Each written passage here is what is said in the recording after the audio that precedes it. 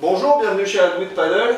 Je vais essayer de vous expliquer rapidement comment on choisit sa planche gonflable.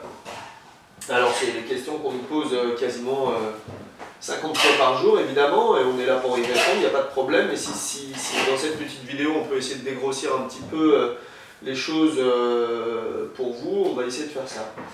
Alors, les grandes lignes, ce qu'il faut garder en tête, une planche, ça c'est valable aussi pour les planches rigides, plus elle est grande, plus elle est rapide. Donc évidemment, on ne fait pas des courses avec des planches de 8 pieds, on a plutôt tendance à faire des courses avec des planches de 12, 6 et 14 pieds. Vous ne les voyez pas là parce que ça rentre même pas debout, ça rentre derrière Greg qui est en train de filmer. Donc on fait des courses avec des planches qui sont très longues et pas très larges pour avoir le moins de frottement sur l'eau. Donc c'est vrai que ce sont des planches qui ont en général un seul aileron, puisqu'on essaye de réduire au maximum la traînée d'eau. Donc des planches qui sont étroites, et pour la même raison. Donc on a des planches qui ne sont pas forcément ultra stables, mais qui sont très rapides.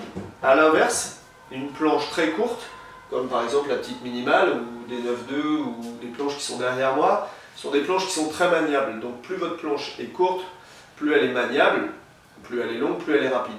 Donc en fait la difficulté c'est toujours de savoir ce qu'on veut faire avec sa planche. C'est vrai que ça va être compliqué de faire de la race et de faire du surf avec la même planche. Donc on part après sur des planches un peu plus typées all-round. Là on a parlé un petit peu de la longueur, la largeur de la planche. La largeur ça va être énormément la stabilité et la vitesse, puisque les deux sont liés. Une planche, plus elle est large, plus elle est stable. Donc on va avoir des planches de 36 pieds comme ça, de 36 pouces pardon, de large, 35 pouces de large, des planches de rivière, des planches pour les gros gabarits, des planches très familiales. Donc là on a des planches qui sont ultra stables. Ultra stables, pour quelqu'un de 100 kg, c'est pas ultra stable, c'est juste la planche qu'il lui faut. Ultra stable, quand on monte à 2, il faut au moins avoir minimum 33 pouces de large pour avoir un peu de stabilité. Et ce qu'il faut garder en tête, c'est qu'une planche par exemple de 30 pouces, 31 pouces, c'est pas très large. Donc un gabarit de 80 kg va commencer à vraiment galérer sur une planche de cette largeur-là. Ce qu'il faut savoir aussi, en fonction de la qualité des drop stitch, les prix les moins chers sont souvent sur des planches de 30 pouces de large. Parce que les LED en fabrication coûtent moins cher en 30 pouces qu'en 32 ou en 33 pouces. Donc c'est vrai que souvent quand vous allez retrouver des planches pas chères, faites attention à la largeur, parce que les largeurs de 30 pouces pour un gabarit de 75 kg et plus, ça devient très compliqué. Donc voilà, en gros la largeur, une planche large va vous donner de la stabilité, une planche fine va vous donner de la vitesse. Ça va être un petit peu comme ça qu'il faut le voir, ce qui est aussi valable sur une planche rigide, mais encore plus sur une planche gonflable.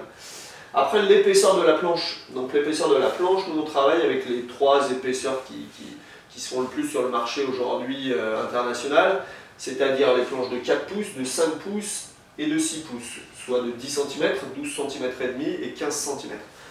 Donc c'est vrai que ça change énormément, 2 cm et demi sur l'épaisseur d'une planche, ça change tout. Une planche de 4 pouces, on en a toujours dans la gamme évidemment, ça va être les planches pour les gabarits légers ou pour les gens qui veulent surfer, c'est-à-dire une planche rigide, principalement, quasiment toutes les planches, même si aujourd'hui on a des planches encore plus fines que 4 pouces, sont des planches de 4 pouces en termes d'épaisseur, donc 10 cm en termes d'épaisseur. Donc on a des planches très fines, quel intérêt par exemple pour le surf? C'est d'avoir un rail très fin qui permet à la planche de rentrer dans l'eau, le rail rentre dans l'eau et ça nous permet de bien tourner. Évidemment, si vous avez une planche épaisse comme ça, pour surfer, ça va être beaucoup plus compliqué. Le rail est déjà très rond, donc lui, il va avoir tendance à pas du tout rentrer dans l'eau, à pas du tout accrocher. Donc on va avoir une planche qui a du mal à surfer. Donc on a quelques planches qui sont 4 pouces, principalement la petite 9-2. L'intérêt aussi d'une planche pas trop épaisse, c'est qu'on a des planches qui sont rapides à gonfler. C'est-à-dire que pour un petit gabarit, une femme ou un gabarit léger, c'est vrai que c'est pas forcément plaisant de gonfler sa planche tous les jours. Donc si vous partez sur des planches très épaisses, évidemment il y a beaucoup plus de volume d'air, donc une planche qui va être rapidement 25 ou 30% plus longue à gonfler.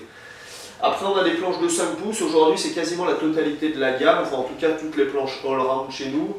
Donc l'intérêt c'est qu'on a des planches qui sont un peu plus rigides, parce que c'est vrai que plus les planches sont épaisses à qualité de construction égale, plus elles sont rigides.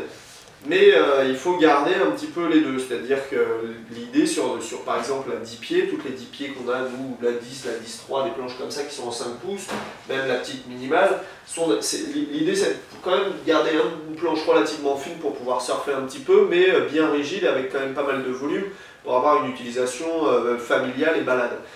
Une planche de 5 pouces en 10 pieds, c'est vrai que vous allez facilement monter un adulte avec un enfant dessus. Si on l'a fait en 4 pouces, c'était un peu plus compliqué. L'année dernière, c'était le cas, elle existait en 4 pouces, c'était un peu plus compliqué de monter un enfant avec soi sur la planche. Et puis après, il y a les planches de 6 pouces, donc le maximum, principalement les planches de race, puisque l'idée c'est d'avoir un maximum de volume. Puisqu'on réduit un petit peu la largeur, ça nous permet en fait d'avoir une planche qui va rester sur l'eau, qui entre les coups de rame ne va pas couler parce qu'il y a un manque de volume, qui va avoir le maximum de rigidité.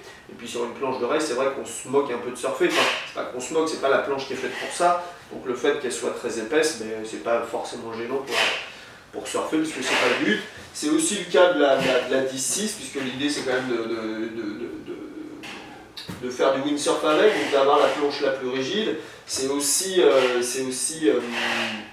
la planche qui va être parfaite pour des gabarits 100 kg, 90-100 kg, ou des gens qui veulent ramer à deux sur une planche, donc très épaisse. Voilà, globalement la même chose sur la 11-6, puisque l'idée c'est un peu comme une planche de rail, comme c'est une planche de balade sportive, le fait d'avoir beaucoup de volume, l'épaisseur de 6 pouces est vraiment intéressante.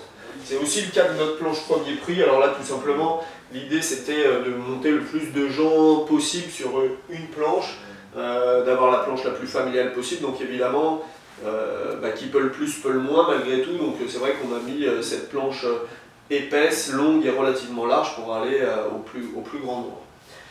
Voilà, en termes de choix de planche, après il y a les ailerons, il y a tout ça qui vient rentrer un petit peu dans le choix d'une planche. On a des planches comme la petite Minimal R8 ou comme la 9.6 qui sont montées uniquement en quad, c'est-à-dire qu'elles n'ont pas d'aileron central, donc c'est vraiment soit pour surfer, soit pour faire de la rivière, enfin les deux fonctionnent bien et en surf et en rivière.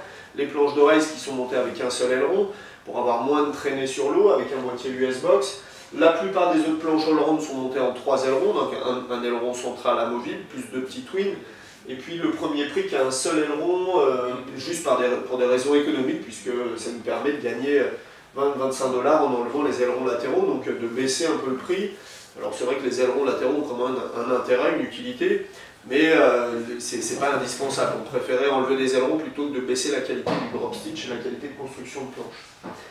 Après, je vais essayer de vous expliquer, je sens qu'il y a énormément de gens qui sont un peu perdus sur le marché du gonflable aujourd'hui, parce qu'on va trouver de tout. On va trouver des planches à 1500 € ou 1200 €, et puis des planches à 199 €. Alors c'est vrai que je comprends que les gens soient complètement perdus avec des prix autant disparates. En gros, de toute façon, c'est vrai que comment nous on se situe depuis le départ de Redwood Paddle, et que ce soit sur les gonflables, sur les rigides, sur les pagaies, sur tous nos accessoires, c'est qu'on limite les intermédiaires, c'est-à-dire qu'on est fabricant, on fait fabriquer en Asie dans des usines qui fabriquent évidemment pour d'autres marques, principalement des grosses marques aujourd'hui, mais on fait de la vente en direct, donc ça nous permet d'aller chercher la meilleure qualité possible et puis d'essayer d'avoir le prix le plus bas possible, avec les inconvénients, c'est-à-dire que très souvent vous ne pouvez pas venir toucher les planches chez nous ou dans un magasin, donc c'est vrai que vous voyez les planches, vous écoutez nos vidéos, vous regardez nos photos et vous faites votre choix comme ça, et je vous en remercie, vous êtes de plus en plus nombreux. C'est des qualités équivalentes à ce qu'on va trouver dans des magasins spécialisés de windsurf, de kite, puisque c'est dans ces genres de magasins qu'on trouve les produits haut de gamme avec les marques haut de gamme. Donc voilà, là dans un magasin, il y a évidemment la marge du magasin, souvent la marge du distributeur, parce qu'on est rarement sur des marques françaises. Donc il y a un distributeur français, voire européen, et puis le magasin qui revend. Donc là vous allez retrouver des produits de très haute qualité comme les nôtres, mais évidemment un peu plus chers puisqu'il y a des intermédiaires, avec l'avantage d'avoir la possibilité d'aller dans votre magasin à côté de chez vous et de toucher la planche. Nous on a fait le choix de plutôt vous les vendre sur internet et on n'est pas prêt de changer aujourd'hui.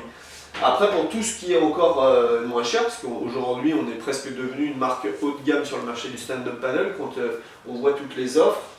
Moi si j'ai une chose à vous dire, c'est méfiez-vous des promotions et des soldes qui sont souvent des fausses promotions. On est sur un marché en pleine expansion, on est sur un marché qui explose, c'est un sport qui plaît. Quand vous voyez une planche que vous avez nulle part qui est à 800 € et soldée à 400, il y a un problème. Il y a un problème puisque de toute façon ce sont des faux prix au départ pour vendre au final le prix auquel elle devrait être vendue, voire souvent un peu plus cher, puisque dans les sites de vente privés, tous ces sites-là, le site qui va vous vendre prend une marge. Donc en fait, votre produit coûte encore moins cher que le prix que vous voyez sur le site, enfin pour nous, puisque nous on fait de la vente en direct, et on se refuse de vendre à ces gens-là, puisqu'ils ont besoin d'une marge de fonctionnement, et nous on ne peut pas leur offrir. Et si on leur offrait demain, il faudrait qu'on baisse notre prix. C'est-à-dire qu'on pourrait vous dire, oui, cette planche-là vaut 699 €, c'est quasiment la même que celle-ci, mais comme vous êtes beau, vous êtes gentil, on va vous faire une remise de moins 30% et vous la vendre 399 €. Bah non, on vous la vend 399 € avec une bonne pompe et un bon sac parce que c'est le prix qu'elle vaut. Voilà, après les produits souvent cheap, la différence est où? La différence est dans la qualité de construction de la planche. Une planche de stand-up gonflable, c'est ce qu'on appelle le drop stitch. Aujourd'hui tout le monde connaît ça, donc, ou quasiment, mais c'est la structure interne. C'est-à-dire qu'il y a des milliers de fils qui relient le haut de la planche au bas de la planche, qui évite en fait quand on va gonfler de se retrouver avec un tube comme un Zodiac par exemple, où là les fils permettent de garder une tension entre le haut et le bas de la planche et de donner cette forme. Donc le drop stitch, il n'y a pas 50 000 usines qui en fabriquent dans le monde, il y en a 3 ou 4, en Corée, en Chine et puis à Taïwan. Donc toutes les jolies marques, toutes les belles marques, on travaille avec un drop stitch souvent coréen ou taïwanais. C'est un drop stitch qui est de qualité, qui est ultra léger, qui est contrôlé, donc avec des planches sur lesquelles vous ne retrouverez jamais ou quasiment jamais de vrille. Ça peut arriver, mais malheureusement, mais en principe, on a des contrôles de qualité dans toutes ces marques-là qui contrôlent les vrilles. Donc souvent, les planches premier prix, quand on les voit à l'eau gonflées, vous ne vous rendez peut-être pas compte, mais vous avez des planches qui sont vrillées. C'est-à-dire que si vous posez votre planche par terre, elle a le nez qui part d'un côté ou de l'autre. C'est un peu comme si vous achetiez une voiture avec un châssis tordu. Donc à un moment donné, vous n'allez pas gagner plus d'un côté que de l'autre. S'il y a du vent, vous n'allez pas forcément vous en rendre compte. Mais voilà, donc on va retrouver ça, on va retrouver la rigidité de la planche. Donc souvent on voit des planches très bananées. Donc sur l'eau, on monte dessus, puis la planche est comme ça. Donc on a tendance à pousser de l'eau plutôt que vraiment à glisser. Ça c'est vraiment parfait pour vous écurer du sport. Et puis après, très souvent des planches vraiment dans le cheap, des largeurs qui sont très fines, des épaisseurs un peu fines, des qualités de construction avec une seule couche, donc des planches qui sont très très souples, des planches vrillées, des qualités d'aileron, des qualités de pompe qui ne sont pas forcément en adéquation avec le marché actuel, qui ressemblent plus à ce qu'on vendait il y a 10 ans, qui a beaucoup évolué. Voilà, donc ce qui va faire la différence avec les premiers prix de planches. En gros, de toute façon, à partir du moment où vous voyez des prix barrés, des prix soldés, il y a quand même un souci. Aujourd'hui, moi j'ai un gros problème avec ça. C'est-à-dire que pourquoi toute l'année on vendrait en arnaquant les gens des produits très chers qu'on pourrait vendre moins cher pendant 4 mois de l'année ou 2 mois de l'année. Voilà, moi aujourd'hui je me dis pourquoi pas vendre au bon prix toute l'année, au prix des soldes. Donc c'est vrai qu'on essaye de faire ça. Je pense qu'on y arrive bien aujourd'hui. Pourquoi on y arrive bien aussi? Parce qu'on a une structure légère, on est 5 à travailler aujourd'hui dans la société, on a des locaux qui sont pas très chers, voilà, on n'est pas dans un endroit où on paye 3 000 € de loyer, ce qui nous permet évidemment de descendre le prix de nos planches, d'en vendre de plus en plus, et notre meilleure publicité de toute façon sont nos clients, et je pense qu'à chaque fois que vous venez sur notre site, c'est souvent des gens qui vous ont conseillé. Voilà en gros ce que je pouvais vous expliquer rapidement, enfin essayer de vous expliquer rapidement, mais bon, vous savez qu'on est toujours joignable, la petite vidéo ça va vous permettre peut-être de dégrossir un petit peu, mais surtout appelez-nous, on est là pour ça, que ce soit Greg, David, Rory ou moi, on est toujours là pour vous répondre à téléphone et vous conseiller par mail ou par téléphone. Voilà, j'espère à bientôt, et puis sur l'eau principalement. Allez, ciao à tous.